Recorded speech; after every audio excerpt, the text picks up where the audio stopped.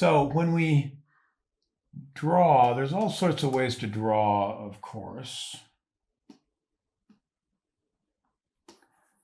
The way I'm teaching is kind of a constructionist style, three-dimensional, architectural. Now, whatever style you use, whatever process you have, whatever filter you use, like if you're going to sculpt a snowman, you're going to use all ball shapes, really round balls. That's going to be the filter. Every body part on that little frosty character is going to be balls. That's the filter, the strategic idea. And usually if it's going to be a ball, it's not going to be a rectangle. And if it's going to be three-dimensional, it's not going to be two-dimensional. And so usually when we have an idea, it'll include several ideas and will exclude a bunch of others. And by getting rid of some of the ideas that are left over become more important. If I'm going to get rid of almost all or all, let's see, dramatic pause here.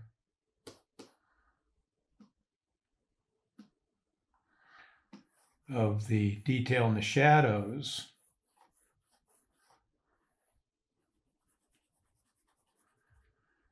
then it's going to give me a chance to make the detail that I put into the lights more important, more powerful, more striking, more graceful, more lovely, and so on. So when we make choices, we're both including and excluding. Filters do that. So we're talking about an architectural idea, and it will have all sorts of limitations. One of the problems in doing things that are really built off simple solids, like a ball or a box or a tube, is that it can get kind of architectural, mechanical, and lifeless, Frankensteinish. So we have to, usually whatever ideas we use, we have to layer in some others to make it come alive or make it do what it's being limited by. So having said that, though, when we render, a great way to render is, scratch the back of my leg real quick, draw two sides of the form,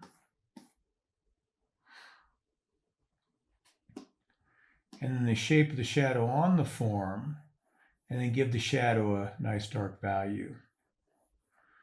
And usually what I'll do is I'll squint at it to make sure that when I squint down, do all of the shadows separate from all of the lights. What I'll usually do as well is make the beginning of the shadow have a core of darkness that's slightly darker than the rest of the shadow and soft, so I can then, with a little bit of practice and mastery of my medium, create beautiful, fluid, graceful, painterly gradations. So if we think of rendering whatever we might be interested in rendering, say something quite complicated like a head, we can then break it down into a simple process. Get the one side, get the other side, and then do the steps on it, shape of the shadow, give the shadow a shape, give a soft border. And then I just do the sides, not the end, because then we can add the next structure, say to our snowman, and so on. Another way to look at it, though, is to just treat it as a tube. And this is even easier in some ways. So a tube is only rounded in one direction.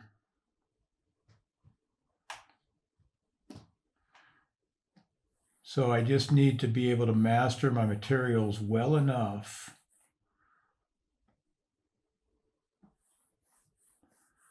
that I can create a shape of darkness on a shape or next to a shape of lightness,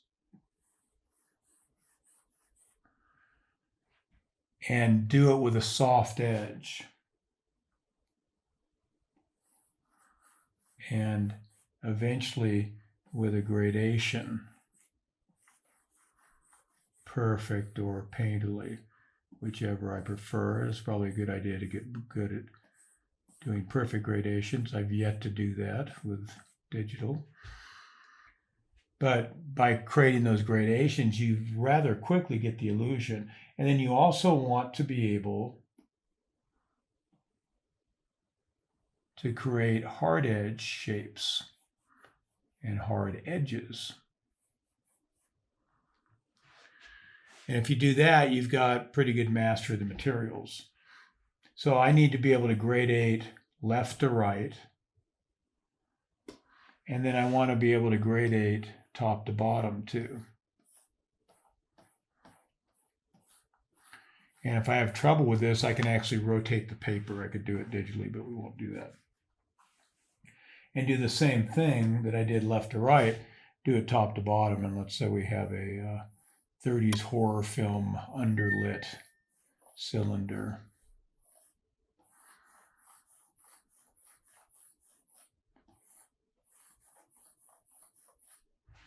And again, be able to do that nice gradation,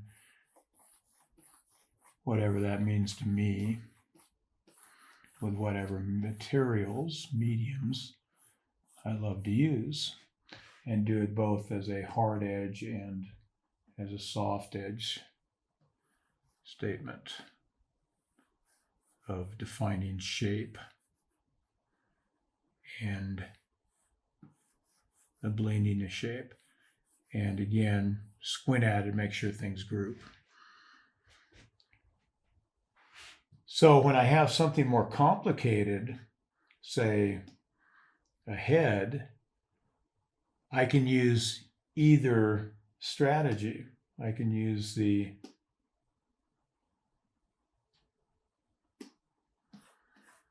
line to draw the simple yet characteristic structure or structures, and it can be as simple or as characteristic as I choose to make it with the process I choose to work with.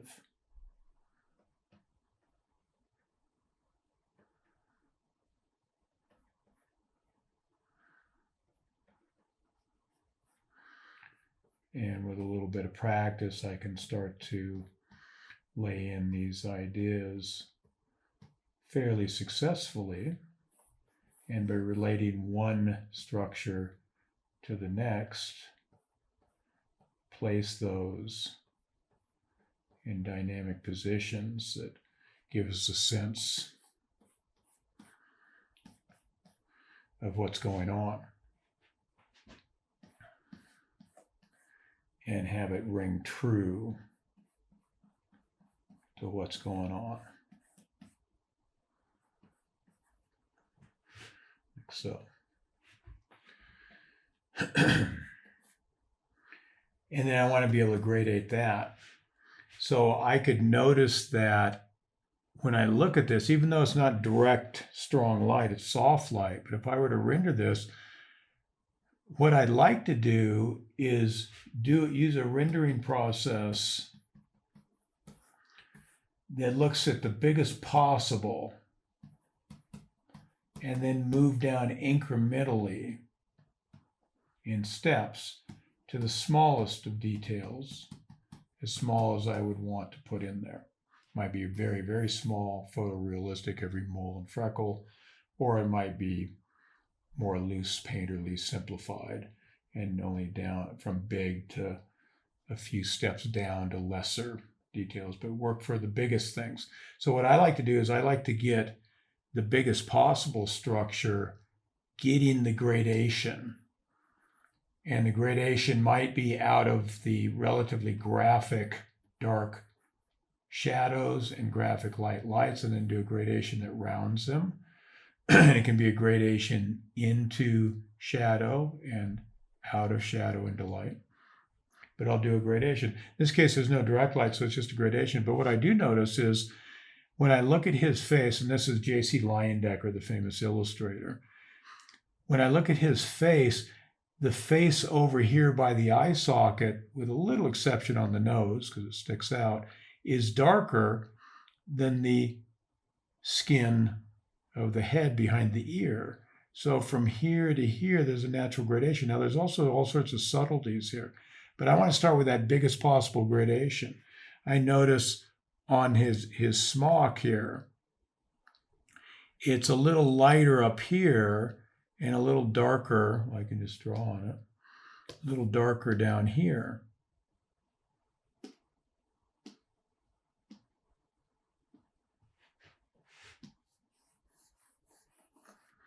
Let's bump that up, make a bigger deal out of it.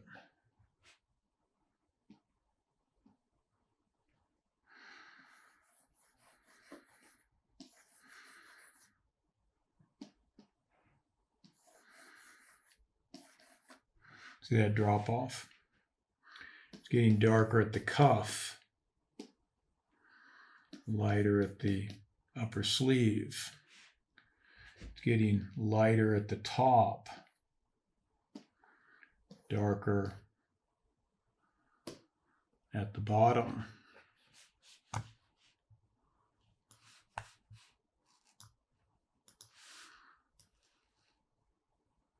Yeah, it's cropped off, so that's okay.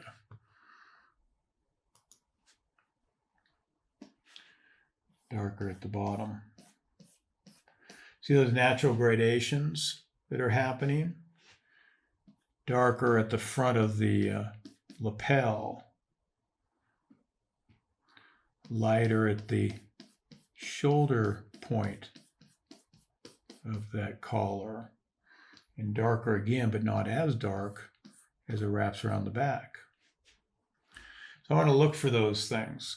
And what I'll do is I'll try and get that biggest possible gradation into the construction before I do the rendering. So I'm going to get the right tool.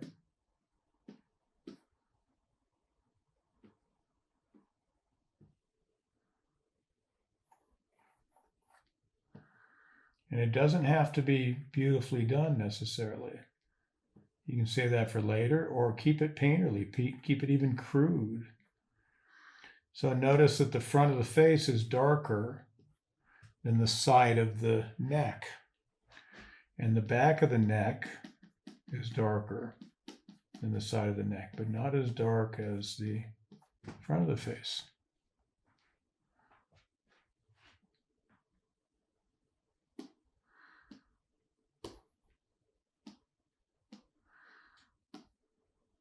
And we'll just do a graphic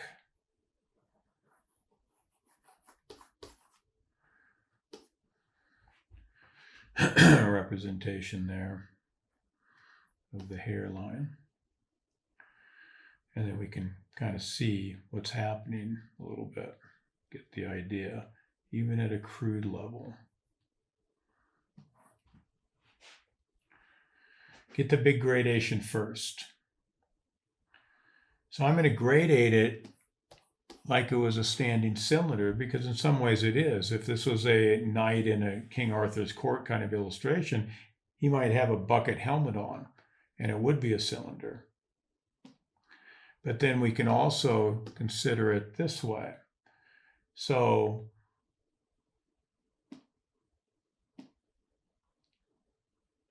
let's see what I do with that. There we go. So now I'm going to gradate it from the bottom up because it's getting darker and going lighter.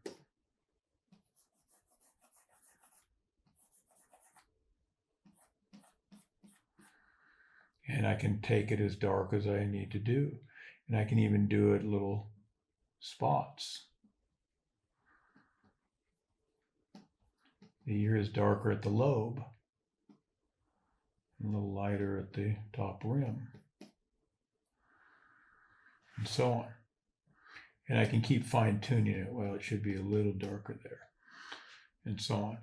Do that first, and then you come in, and we're not there yet in our studies, but just to keep you interested in seeing the big picture. Now I can show the eye socket dropping in even darker, the front of the cheek and the masseter and the underside of the jawline. Notice how we can start separating out these littler gradations. The cheekbone, the quicker turn. The underside of the jaw, I did the same, gradated it that way, then gradated it that way. Back to all the underside of the jaw and the jowl area and the underside of the throat and the sternocleidoid mastoid muscle. Notice how these little gradations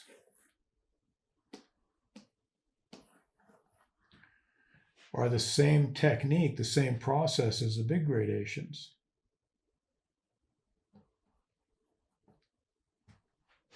And we can get a tremendous amount of work done just thinking of those gradations of those simple forms, and then eventually having some good understanding of the structures, even the anatomy, cheekbone. We can choose to make it even more contrasting or less. And we can build that up quite quickly. And all I'm doing then is doing this and then doing this. In this case, we're going this way.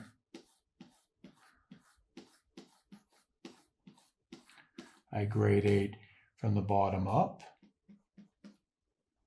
I gradate from the left to the right. From the bottom up, from the left to the right, and every once in a while from the right to the left. And every once in a while there'll be a break with that. Well, there's a cast shadow of the hair onto the neck. It's making the flesh a little darker there, and so on. But notice how just by designing shapes and rendering gradations on cylinders, I can get quite far, quite fast towards that realism that I'm probably craving. So that's less, that way we don't have to know all the muscles and bones, although it helps. All the laws of light and color theory and harmony, although it helps. We can just do gradations of shapes. Start with the biggest ones, go to the smaller ones. And it's quite all right if we keep line in there. We can take the smallest stuff and just draw thick and thin lines on the gradations, not really rendering at all. Just sketching and filling in every once in a while. And again, get quite a long way. And those gradations could even be painterly. I could use a hatching gradation instead of blended tone, hatching lines, and so on. So I hope that makes sense. So I want to practice two things if I want to be a realist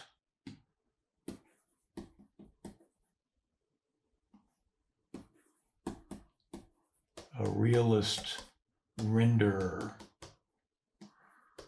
using tone and maybe line, but definitely tone. And the biggest problem is, not always, but usually, is creating the gradation, a beautiful gradation. It's a problem I have with the computer. I have to do kind of a painterly gradation. I don't quite know how to control my medium well enough to do a perfectly blended gradation. But doing the rendering at whatever level, and you can see even when it's imperfect, it still gets the point across, and sometimes can even be more charming than if we rendered it out and hit all the brush strokes and all the hatch marks and stuff.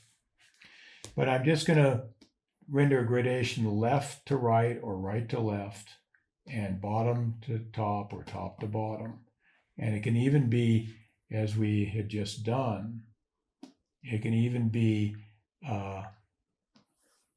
rendering light onto the dark or rendering dark onto the light to create the gradation, or as we did there, both. So any one of those things is absolutely fine. Okay, so now notice if I were to do the ball and render this as we learned to do in basic graphite rendering class, say, then I would combine the gradation on the bottom with the gradation on the side, including gradating oftentimes out of a strong shadow shape, but not always if it's soft lit. But we'll assume it's more striking. And then we would see it hook around. And since forms can be imperfect, sometimes it's a bit of a wobbly hook. You can see it kind of hooks around more or less, more curved or a little bit of an S curve, any one of those things. And then that's the shape of the shadow, and then I fill it in whatever iteration, whatever design the angle of the light on the character the form creates. And then again, we use the same process. Draw the shape of the form, but instead of just two sides of the form, we're drawing the complete form as we did here, but we're rendering it also completely all at once. We're drawing the full shape of the shadow, the full hooking idea, or wobbly hook idea. Let's even that out a little bit. And then again, we can do the gradation. But that gets a little hard to gradate all the way around the loop. It does for me, for sure. So what I'll usually do is I'll use this strategy again. I'll gradate this way and this way. Beautifully subtle or wonderfully painterly, whatever I choose, or whatever the limits are to what I can choose. And if that's a little too hatched across, I'll do it at the corner too. So let's try again. If you don't like that because it's kind of crossing with a little darker marks, then I'm going to do this and this.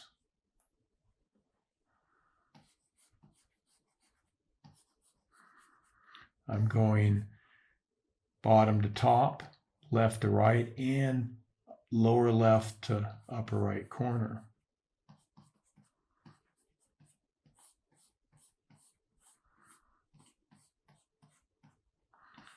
I can do it both ways. And you can see how you can develop that beautifully smooth or kind of mottled painterly, as I'm doing. So we can loop around there. And so what I'll end up doing then is taking a curved side, a curved corner, and a curved bottom, and tease those together doing little sections. It's kind of like a wood carver. I'm going to turn this into Michelangelo's David, a marble carver, I guess, and I'll chop off the corners. And then I'll chop off the corners between the corners. And I'll slowly chisel that square into an egg for the face by chopping off more and more and ever more refined, smaller little chiseled straights and corners, working all the way around. And then at the very end, I'll polish it up. And you'll never see, if I don't want you to see it, if I'm in control of my medium, you'll never see the little chiseled blocky origins of it. So we hide that. But we can use that also as a design tool or as a construction tool. So let's see here. Get rid of that.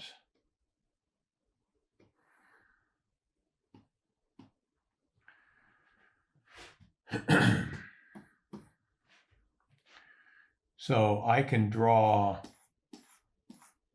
this face and head and covering bandana or wrap or whatever the heck that thing is.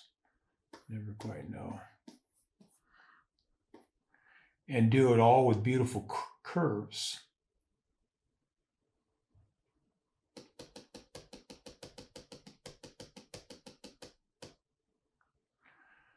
But I could also, instead of doing this and this with beautiful flowing curves, I could choose to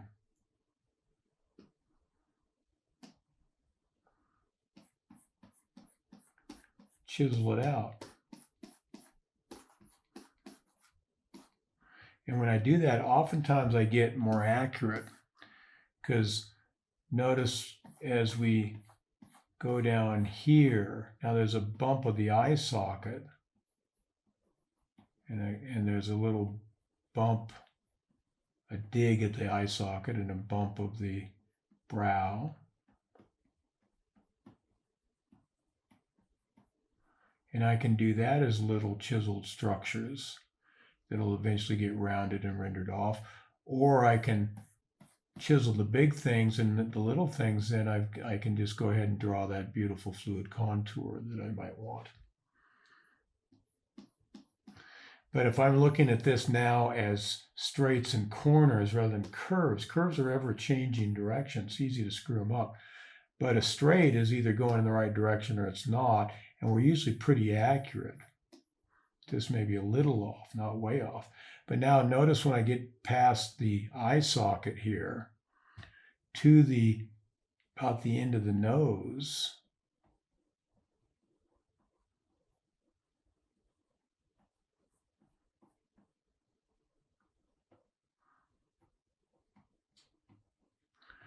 now this drops way down and gets pretty close to vertical. Certainly not way out here when I drew it the first two times. And now I've got a more accurate representation. There's a little chiseled out or wobbled out chin.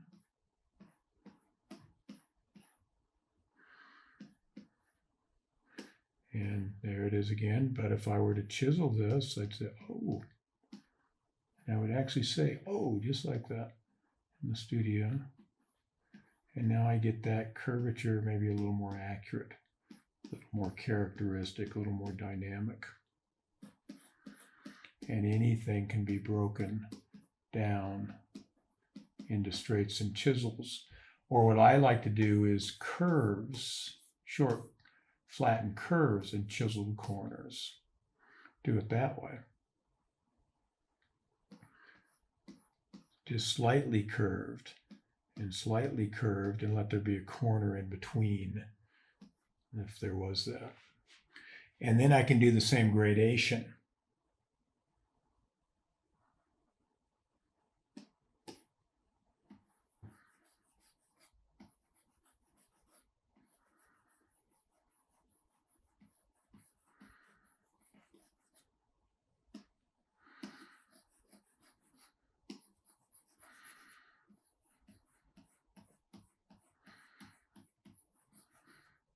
bottom up, back to front, left to right, top to bottom to top, darker,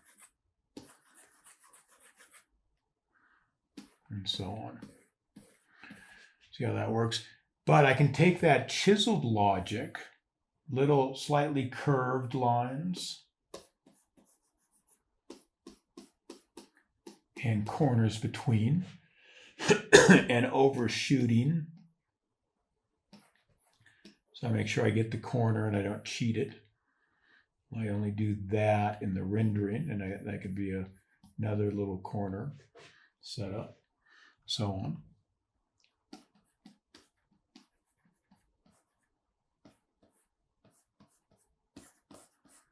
That kind of thing.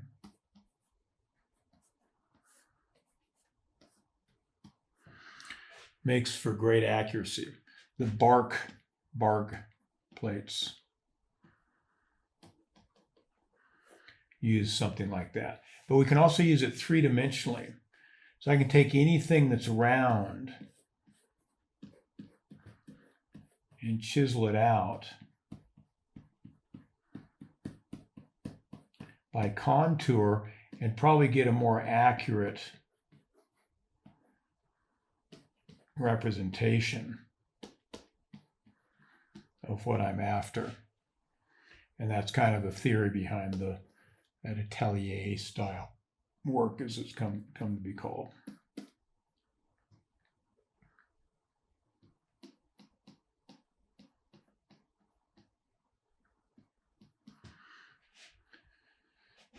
But I can also take it fully into the skull itself. And sometimes it's very hard. You just see something that's very rounded and egg-like. You don't know where to begin. So then look for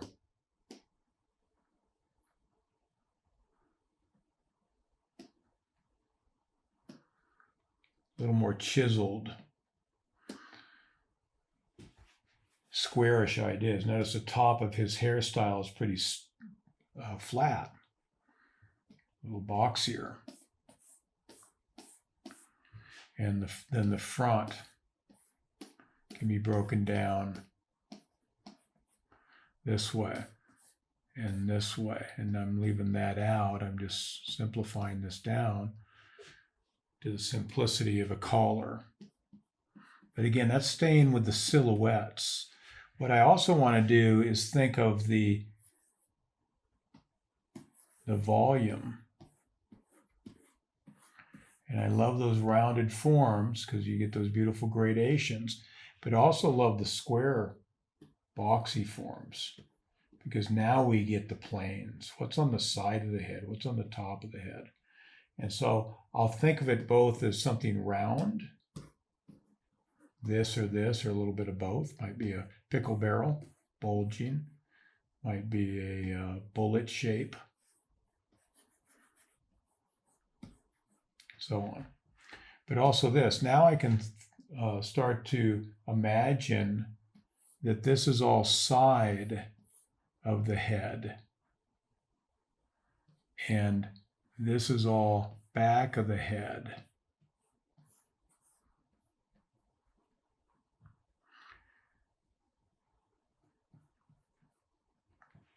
And this back of the head can maybe pull all the way up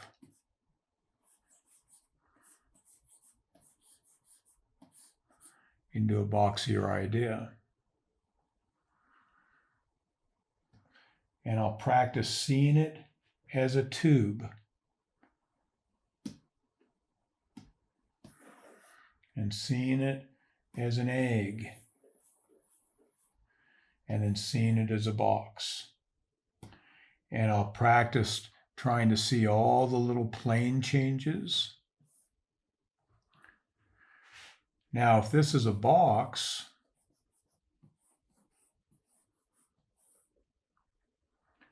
it makes perfect sense to me, although it might take me some practice time, certainly will, to realize now why.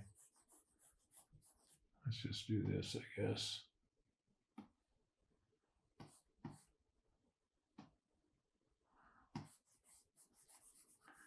why the back of the neck was darker and why there's a gradation of this going lighter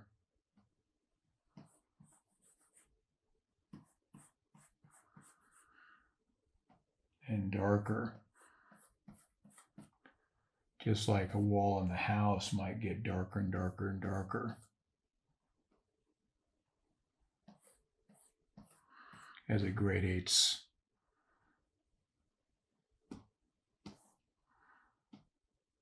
out of light. And then I'll start to notice that the value changes happen at those corners. And the planes might be thought of as dead straight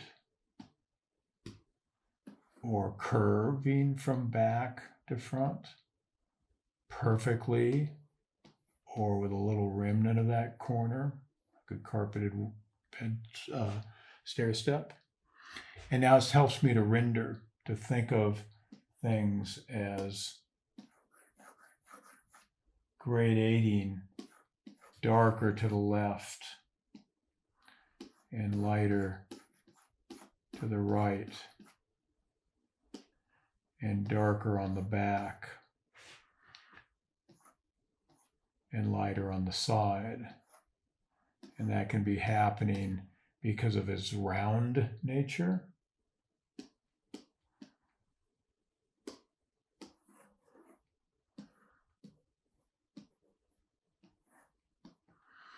Or because of its boxier nature,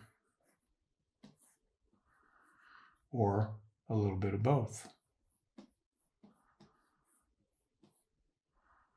Each side of the box could be a little bulging.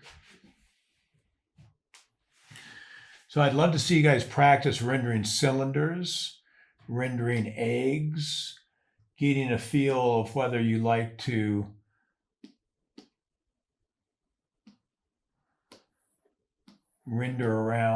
gradate around the corner, or whether you like to gradate in one direction and then another and let them weave together, and maybe another yet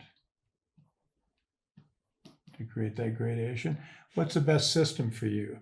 And how can I apply that system to a really complicated set of structures? Can I see it first as hyper simple?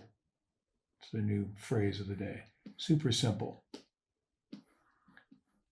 Just gradating there because it's going away from light, or it's slowly going around the curve, or a little bit of both. And looking for that, putting the gradations where you want, not necessarily understanding how it goes to the head yet. But eventually what we want to do is take this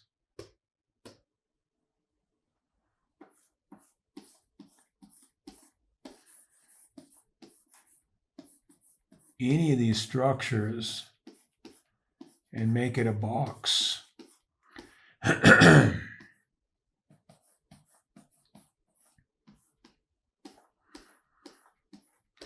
then eventually make it a bulging box. And then eventually learn to chop out chunks, chisel them out,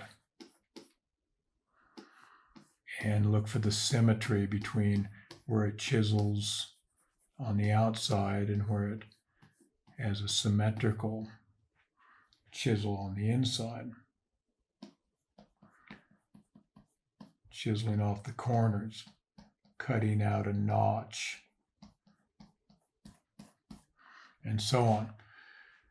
Still thinking of all this stuff as side, and all this stuff is back, and all this stuff is top, then will help us render and get control over it.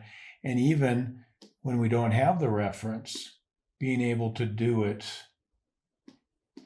out of our imaginations, maybe.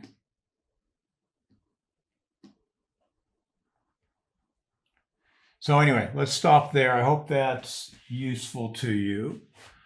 And we'll start applying some of these principles as we get into more and more of the nuances of the head so we can understand how it shows up.